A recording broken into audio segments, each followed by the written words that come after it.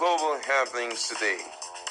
We communicate, we analyze global news. Stay tuned. Hello, beautiful people. Welcome back to Global Happenings Today YouTube channel. During the build-up of 2023 elections, of course, a lot of Nigerians reacted quite negatively to the standpoint of Wo- Professor Wole Soyinka, but it looks like he is not done yet, as he's sending a very strong warning to Peter Obi ahead of 2027. And while that is going on, of course, Farantimi, of course, is also letting Nigerians, particularly the president, to know that he really did not win the election because there was this challenge he gave to both the president and himself, and he did not fulfill the challenge, and he's given the reasons why he didn't fulfill it because the challenge itself or the result itself was very faulty. Let's find out in a moment, but before we do that, kindly subscribe to our channel by clicking on the red subscribe button.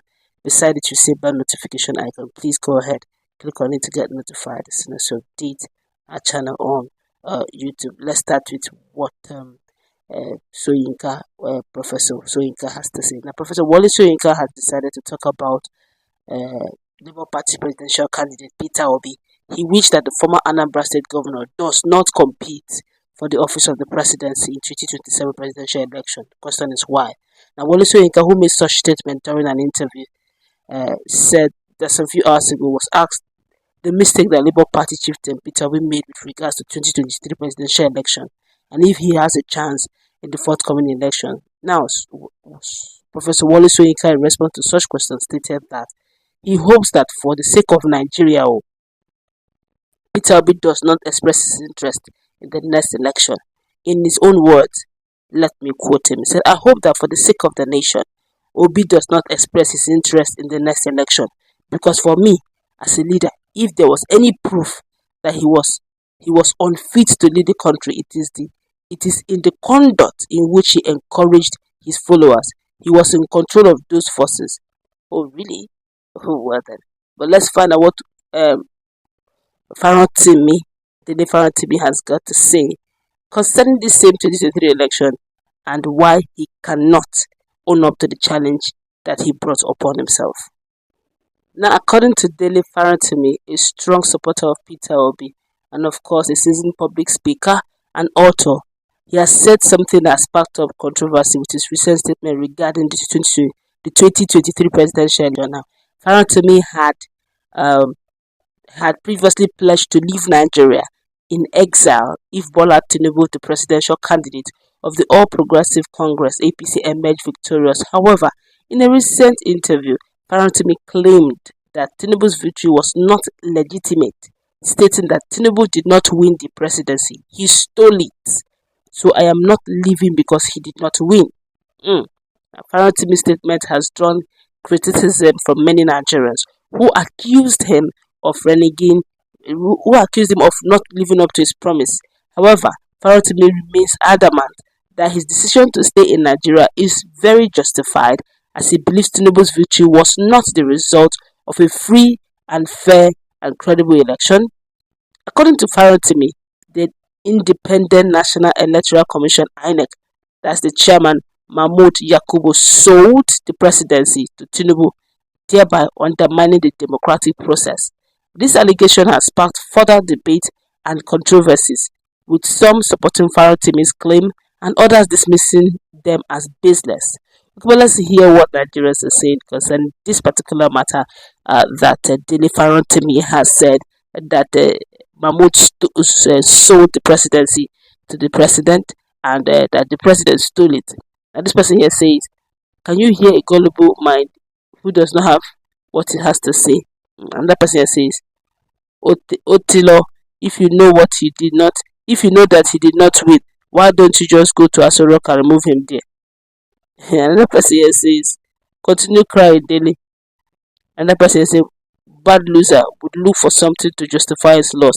I don't like who would be shifting goalposts. And another person here says, we have been doing these things wrong for over 20 years now. Correcting them will bring pains, Abi. And that person here says, Yakubu, you deceive Nigerians and the electorate will not forgive you and the whole world is watching you. Since when?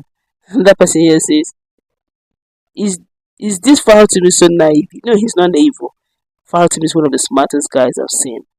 So if he says what he says, owns it up. One of the few people I know, they have always been very bold in their assertions. They really don't. They don't really care if what they said is is pleasing to your ears. They just believe that they said their fact, and they've checked and they believe what they said is correct.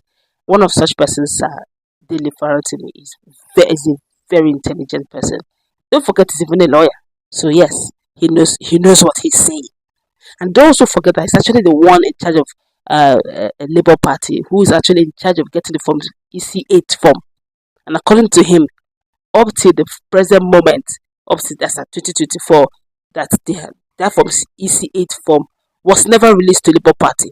The original copy where that comes from the ward level, where all result of the collated result of other elections, the result at ward level, as in from ward to local government, that particular form was never available. And when they brought it to court, when they were supposed to bring it to court during the court hearing and all that, INEC could not produce it. And he said it is from there that they will know the true picture. That, according to him, he said that that Peter Obi and Labour Party won tremendously. That APC lost woefully. That was why they couldn't produce it. That what they even gave as winning was too meager. But the original result, that Peter Obi won tremendously. Hence they didn't want to bring it. He knows what he knows and he stands for what he said. And he's a lawyer, so he knows what he's saying. So if he says that this is what it stands for, come on. This is not somebody that is okay, he's naive, he does not know the law. He knows the law and he knows what he's saying. So, and this is somebody also who was actually in the during the whole campaign processes and electionary period. So he knows what he knows, and he's making bold claim on that. But then, that's if you ask me, in the past, the president is already 1 year in office, literally speaking. So it's a case of now going back to the drawing board and see how we can get it right come 2027. And now, Professor Wole Soyinka is now telling Peter Obi, please, in order get it, don't get any ticket for presidency come 2027, please. And the question is, why? Already the people are already telling Obi, we go again in 2027. And they're telling Peter Obi, just stay alive, stay strong for Nigerians, for we want to see you again at the ballot. And Professor Wole Soyinka is saying, please, for the sake of the nation, don't run. Please just do not run. But I do not know why Professor Wole Soyinka said what he said. But I can tell you for free that Peter Obi was actually the one person that made sure there was no protest. That would have been worse than NSAS. He made sure it never happened. I think Nigerians, I think politicians, should be thankful to Peter Obi for that particular move. All Nigerians were calling for protest, but Peter Obi was like, please, let's remain calm and let's be law abiding. That's a law we should celebrate him for. And I think if Peter Obi goes again, he could get what he's looking for. Everything, of course, depends on how the game is being played. That's going to wrap it up. Let's meet in our conversation.